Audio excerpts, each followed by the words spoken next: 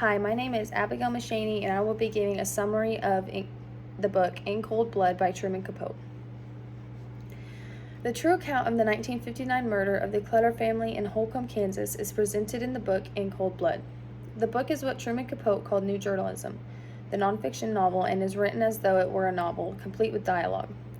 Despite the fact that this writing style had been employed previously, In Cold Blood's skill and popularity made it the acknowledged masterpiece of the genre. It was the final in a long line of outstanding works for Truman Capote, which also included The Grass Harp, Other Voices, Other Rooms, and Breakfast at Tiffany's. The New Yorker first published In Cold Blood in 4 installments, which were later published as a book in 1965. It took Capote 6 years to research and write In Cold Blood, and the book had a profound personal impact on him that prevented him from ever writing again.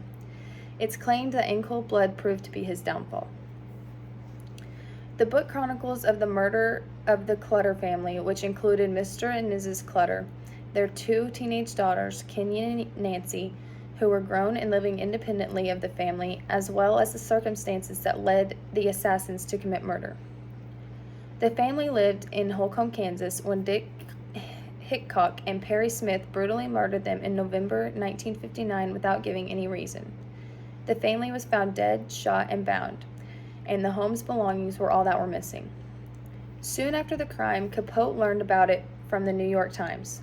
He started working in Kansas before the murders were apprehended, conducting in-depth interviews and gathering a lot of information with the help of his friend Harper Lee, who would later write the beloved novel How to Kill a Mockingbird.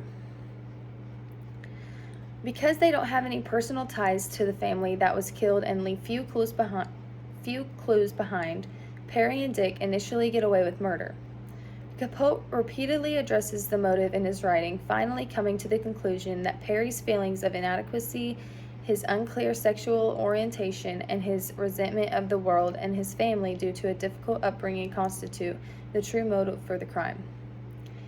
Dick portrays a real outlaw, but he is troubled by the killings, and his involvement in the killings is still mysterious and unexplained.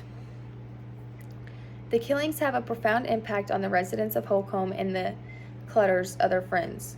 This includes Bobby, Nancy's boyfriend, and Sue, her best friend. The Clutters were thought to be the family least likely to be murdered in the world by villagers. Unable to accept that the murderers were strangers, a large number of them start to doubt everyone and worry about their personal safety when around their own neighbors. Al Dewey, the lead detective in charge of the case, develops an obsession with the killers as well as the Clutter family. His quest to track down the murderers becomes his life's purpose. The assassins depart from Holcomb while the town's anxiety increases. Incredibly, it appears that Perry and Dick may never be discovered and prosecuted in the novel, which tracks them to and from Mexico. The pair's downfall ultimately results from a live witness who can link the 2 men to the Clutters, footprints found at the crime scene, and the ownership of a radio and a pair of binoculars from the Clutter residence.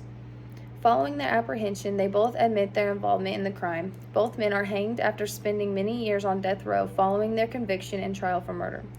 Perry gradually shares his innermost thoughts, aspirations, and the reasons behind his decisions throughout their time on death row, including the fateful night he and Dick went into the Clutter residence.